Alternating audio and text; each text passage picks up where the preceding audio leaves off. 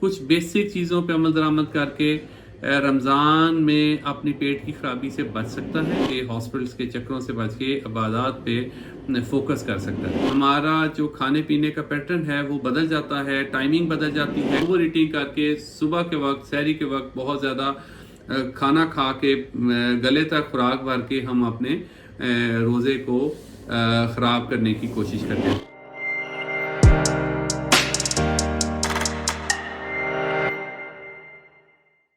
बिस्मिल्लाहिर्रहमानिर्रहीम। हम बात कर रहे हैं रमज़ान और रोज़े की वजह से पेट के मसाइल के बारे में। इसके सिलसिले में आज की ये सेकंड वीडियो है।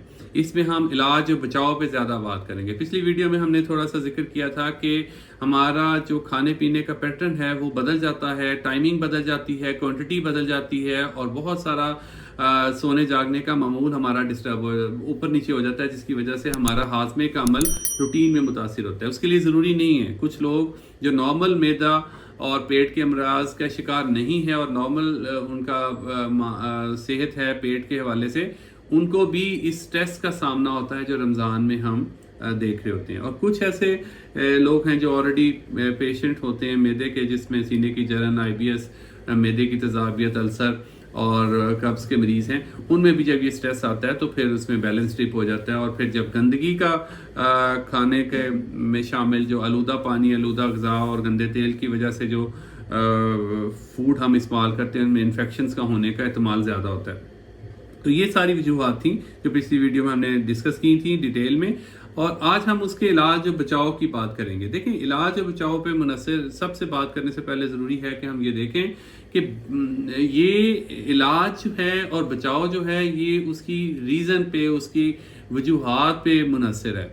अगर देखें, अगर एक बंदा नॉर्मल है तो वो अगर बैलेंस हेल्दी डाइट के कॉन्सेप्ट को लेके सहरी अफ्तारी के पैटर्न को अपना लेके आगे बढ़ेगा तो उसको लिए कोई स्पेशल डाइट अगर वो नहीं प्लान रखेगा रमज़ान के लिए, सिवाय इसके कि जो नाश्ता है उसको सहरी का दर्जा दे और जो अफ्तार है उसको डिनर का दर्जा दे, और फालतू, क्योंकि गर्मियों के रोज़े हैं, इसमें पानी और नमकियात की कमी होने का ख़तरा होता है, तो उसके दौरान अगर साफ़ पानी और या लिक्विड की सूरत में 6 से 8 ग्लास फालतू अफ्तार और सहर के दरमियान ले ले तो उसको किसी भी स्पेशल फूड प्लान की, डाइट प्लान की ज़रूरत नहीं होगी जिसमें वो पेट के अमराज से बच सके।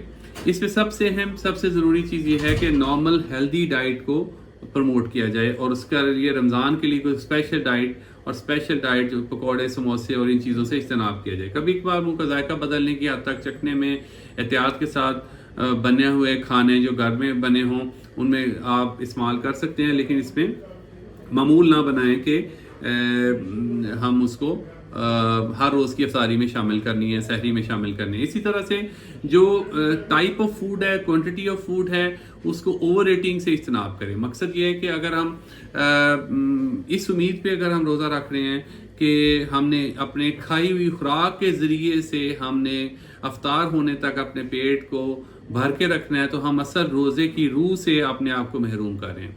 देखें, मैदे में खुराक ने जितना मर्जी आप खा लें, इतना इसका एम्प्टिंग टाइम इस तरह से है कि इसने एक दफ़ा खाली होना है, और आपकी सिर्फ दिमागी ताकत की वजह से ही रोज़ा और अल्लाह ताला की दी हुई हिम्मत की वजह से ही रोज़े ने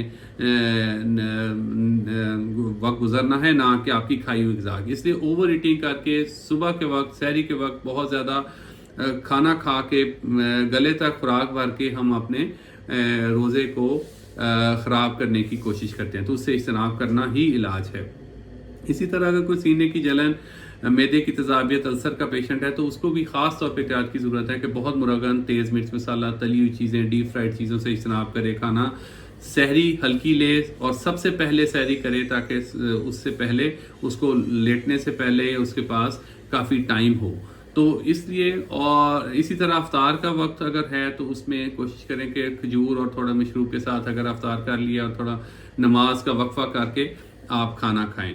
तो इस तरह से जो टाइमिंग जो है, तेज़ खाना, बगैर चबाए हुए खाना, ये बहुत सारे पेट के हाजमे के मसाइल की वजह है। کیونکہ ہاضمے کا عمل اسی وقت شروع ہو جاتا ہے جب ہم خوراک کو دیکھتے ہیں. کیمیکل کا اخراج شروع ہو جاتا ہے جب ہم چباتے ہیں، معدے میں سے خوراک گزرتی ہے، خاص ٹائم سے گزرتے ہوئے اگر اسے وہ ٹائم نہ دیا جائے تو اس کے نتیجے میں وہ پیٹ کی خرابی کا باعث بنتا ہے. اس کے بعد کوشش کریں، ایوائڈ کریں کہ جو اسٹریٹ فوڈز ہیں جس میں ہائیجینک طریقے سے کھانا جن کے بارے میں شک شبے کا اظہار ہو دماغ میں ہو، وہ نہ لیں.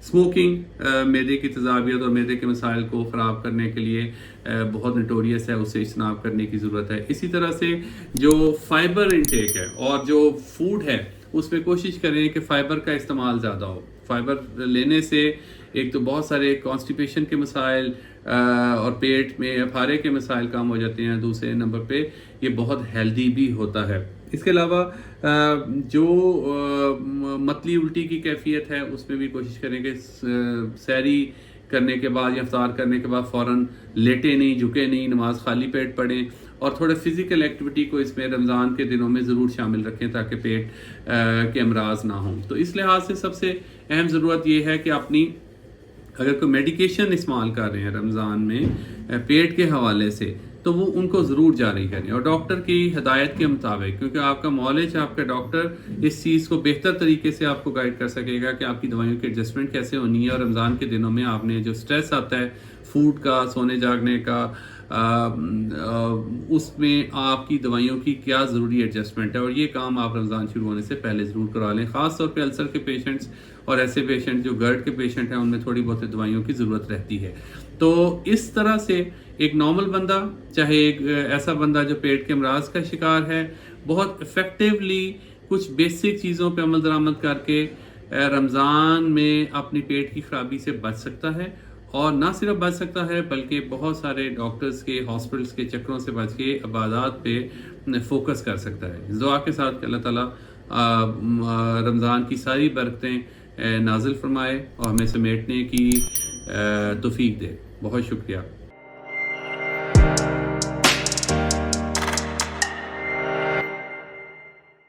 ڈاک ٹاک کے پلیٹ فارم پہ دی ہوئی ہیلتھ اویئرنیس اور مختلف موضوعات پہ بات اگر آپ کو اچھی لگے تو اپنے دوستوں سے شیئر کرنا مت بھولیں. ہیلتھ اور اویئرنیس ہمارے اس چینل کا خاص موضوع ہے.